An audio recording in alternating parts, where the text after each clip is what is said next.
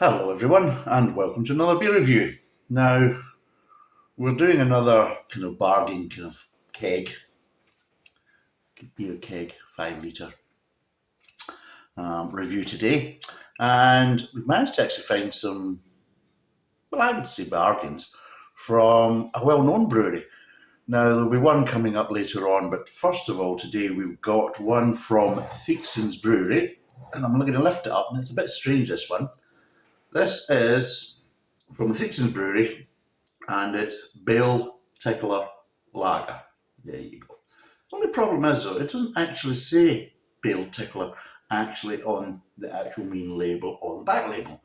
What it does do is has it on the bottom. If I turn it around, God, seriously, why the hell did they come up? Oh, bloody hell, it's pissing everywhere. Right, see, Tickler. Stupid, utterly stupid. But anyway, so it's Theakston Brewery, and it's the Tickler Lager. And I'll just tell you the details of it. It's 3.4%, and we got this for £20. £20. Well, not exactly. This is the problem. It came in on my inbox as a potential bargain. It was a promotion. Ooh, £20 for 5 litres. Okay, I'll give it a go. Problem is though, put it over here, there's £3 delivery. Now I didn't know this, so I thought, well, I wonder if there's any other ones on kind of sale.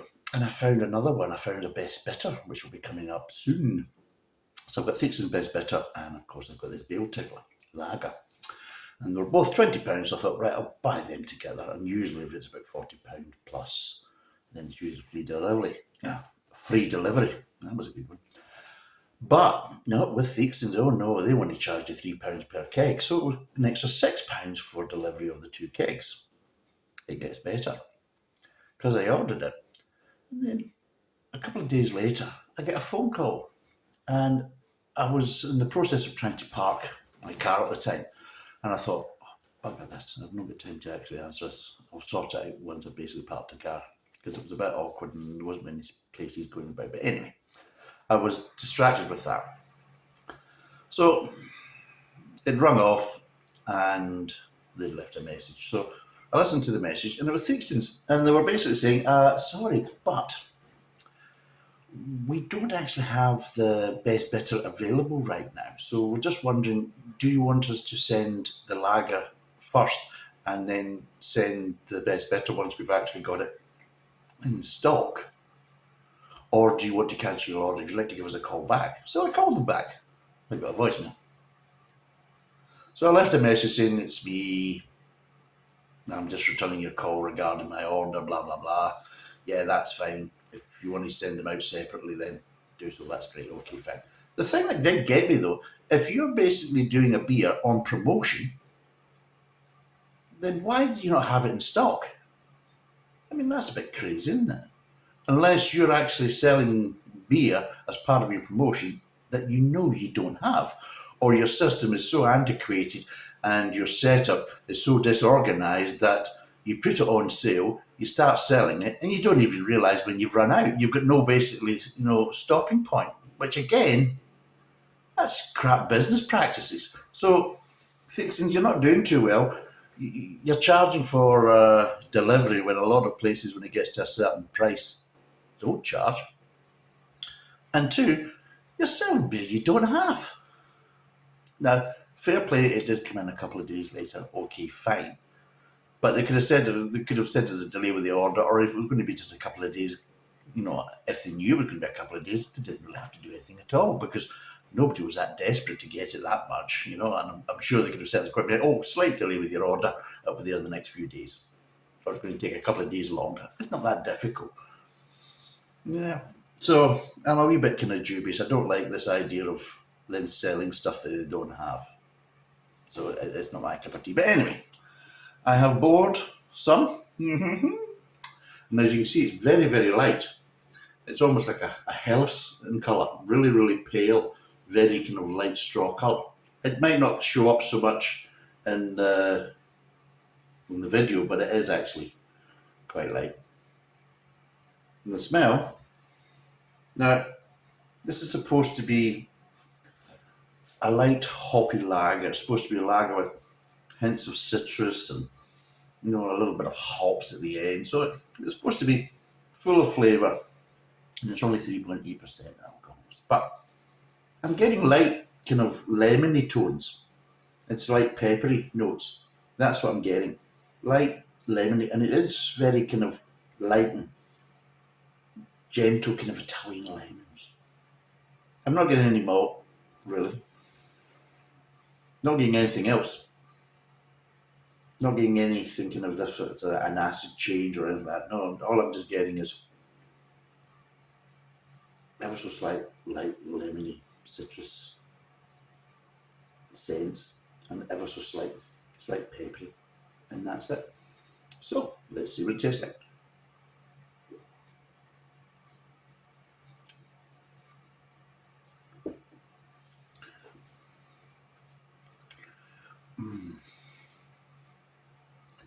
Right, it's a bit of a strange one. It is very subtle. I'll say that the flavour profiles are very subtle in it. So they are, and very light finish. Starting off at the front of the mouth, you get ever so slight malty sweetness, ever so slight malty sweetness, and just a little hint of grain. Moves on to the mid tongue, and you start getting kind of nice little lemon tones. The grain is kind of growing a little bit, and you just get nice little lemon tones. The kind of malty sweetness to start with, the light malty sweetness, that's gone. That's kind of dissipated in the mid tongue, and you're really left with these kind of light, kind of lemony accents, and I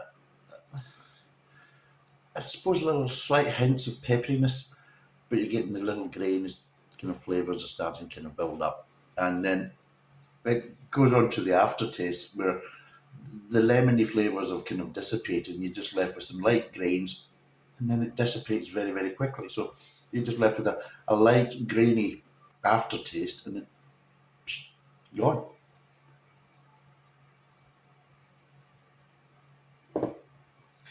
And what I do notice is there's a slight kind of acidity to it, but the problem is acidity isn't coming in at the end. You're actually getting a little bit of acidity at the front of the mouth, just as you're coming in, just in the tip of the tongue, it's coming in. You're just getting that ever so slight acidicness, and I suppose it makes it kind of light and refreshing. And I suppose it's almost like a dry white wine, where the dry white wine usually gets you at the front of the mouth rather than at the back of the mouth, whereas a lager would get you more at the back of the mouth if it was going to give you that kind of crispness or dryness. That's the two kind of differences between the drinks. But yeah, it's very light and refreshing, and I think the reason why, I think because it's 3.8%, that adds to the kind of lightness of it, and just helps with the subtleness of it. So you can get away with it. You don't have to kind of compete against the kind of alcohol. So you can maybe get away with some lighter flavours because the alcohol is not kind of really overpower it from that point of view. And kind of what we call the kind of the beer flavour, that kind of alcohol beer flavour you get, especially when you notice when it goes up, you get a kind of it can come across quite chemically in some ways. So the alcohol can be a detriment. It can also be a positive to beers, but if you're trying to do a light, subtle, crisp beer, what they're trying to do here, then I think the alcohol, if it was higher, might be a bit of a problem. But in general, it's a nice lager. What would I give this out of 10? There's the thing. I'm going to give it a 6 out of 10. It's actually quite a nice lager, but the problem is for me, it may be a bit too subtle. I want something with a little bit more flavour. But I suppose if it's a really hot day, a nice cool glass of this, great, fine.